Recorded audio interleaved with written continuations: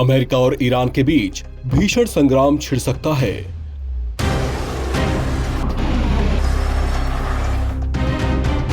अब से महज 48 घंटे के बाद न्यूक्लियर डील पर ईरान और अमेरिका के प्रतिनिधियों की दूसरे चरण की बैठक होने जा रही है। बैठक का वेन्यू अभी तक सीक्रेट रखा गया है।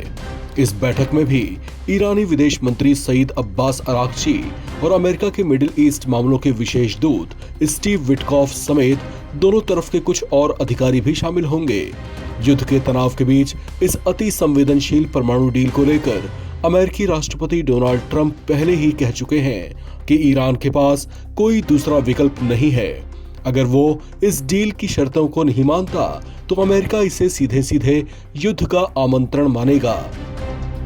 लिहाजा इस मीटिंग से पहले ही अमेरिकी सेना और हवाई बॉम्बर्स गल्फ के आसमान में मंडराने शुरू हो गए हैं। हिंद महासागर में स्थित अमेरिकी सैन्य बेस डिएगो गार्सिया में युद्ध स्तर की तैयारियां देखी जा रही हैं। वहीं ईरान भी कमर कसकर तैयार है। यूएस प्रेसिडेंट ट्रंप की धमकी के बाद ईरान के सुप्रीम लीडर अली खामेनेई ने भी युद्ध की शुरुआत होने पर अमेरिका को सबक सिखाने की बात कही थी। साथ ही खामेनेई ने यह भी कहा था कि गल्फ रीजन में जहां जहां भी अमेरिकी सैन्य ठिकाने हैं उसे ईरान तबाह और बर्बाद कर देगा। इस तरह के तनाव के बीच 19 अप्रैल को परमाणु डील पर होने वाली बैठक ने गल्फ में हलचल बढ़ा दी है। ये भी कहा जाने लगा है कि अमेरिका की पहल पर वो बैठक सिर्फ एक औपचारिकता मात्र है, ताकि अमेरिका को ये कहने की आड़ मिल जाए कि हमने तो बातचीत का मसला सुलझाने की पहल की थी, ईरान ही नहीं माना और युद्ध में उलझ गया। आपको बता दें कि जिस परमाणु डील पर अमेरिका ईरान से साइन कराना चाहता है, इसके तहत ईरान भविष्य में कभी भी सैन्य परमाणु प्रोग्राम्स के लिए किसी तरह का भी एक्सपेरिमेंट नहीं कर पाएगा। यानी उसका परमाणु शक्ति संपन्न देश बनने का ख्वाब कभी पूरा नहीं हो पाएगा। जाहिर है ईरान खुद को ऐसे किसी बंधन में बांधकर नहीं रखना चाहेगा, वो भी एक ऐसे देश के दबाव में जिसके साथ उसका 70 के दशक से ही 36 का आंकड़ा रहा है।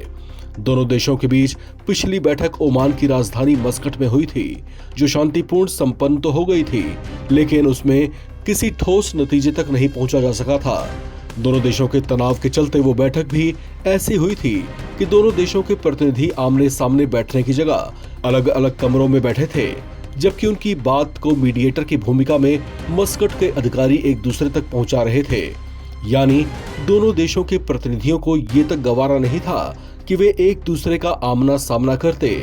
ऐसे में इनडायरेक्ट बातचीत का रास्ता अपनाया गया था। दुनिया भर के बुद्धिजीवी अब दूसरे दौर की बैठक से पहले कहने लगे हैं कि अगली बैठक में भी बात आगे नहीं बढ़ सकेगी और युद्ध का संकट गहरा जाएगा। अमेरिका का रुख जो पहले से ही आक्रामक बना हुआ है, उससे इसके संकेत भी मिलने लगे हैं। अमेरिका जो अब तक अपनी प्रेशर टॉक्स के जरिए ईरान के एटॉमिक प्रोग्राम्स पर रोक लगाने की कोशिशें करता रहा है, वो पिछले कुछ दिनों में जोर जबरदस्ती पर उतारू होता दिखा। अमेरिकी राष्ट्रपति डोनाल्ड ट्रंप ने ईरान को धमकाते हुए कहा था कि अगर ईरान परमाणु समझौते को स्वीकार करने से इनकार करता है तो उस पर बमबारी भी की जा सकती है। ट्रंप ने ये बात अपने एक इंटरव्यू में कही थी।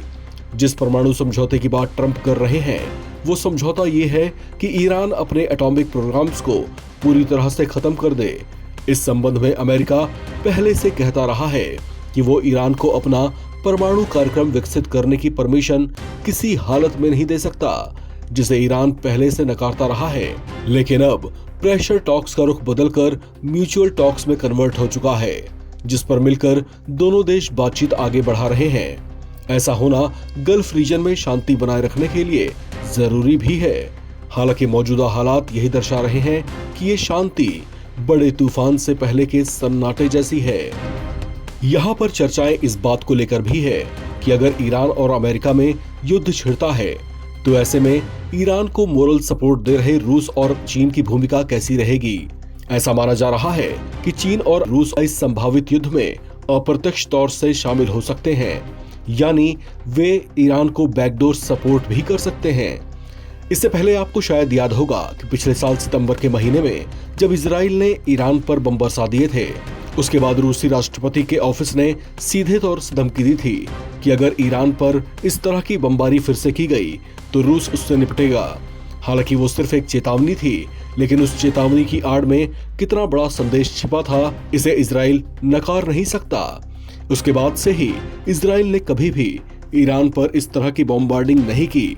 लिहाजा अब जबकि ईरान के साथ अमेरिका के तनाव की स्थितियां और ज्यादा गहराती जा रही हैं और न्यूक्लियर डील पर भी संभावित तौर से अगर बात नहीं बन पाती और दोनों देश किसी बीच के रास्ते पर नहीं पहुंच पाते और अगर युद्ध छिड़ जाता है, तो ऐसी स्थिति में रूस और चीन, जो कि पहले से अमेरिका से खार खाए बैठे हैं, वो इस युद्ध में कैसी भूमिका में आएंगे, वो भी लगातार चर्चाओं का विषय बना हुआ है।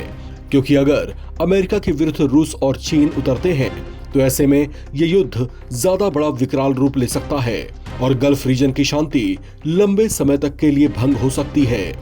लिहाजा 19 अप्रैल को होने वाली न्यूक्लियर डील की बैठक पर दुनिया भर की निगाहें बनी रहेंगी।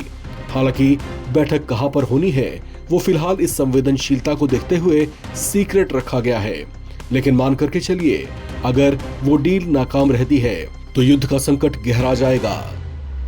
इस खबर में फिलहाल इतना ही। बाकी अपडेट्स के लिए आप बने रहें एनबीटी ऑनलाइन के साथ।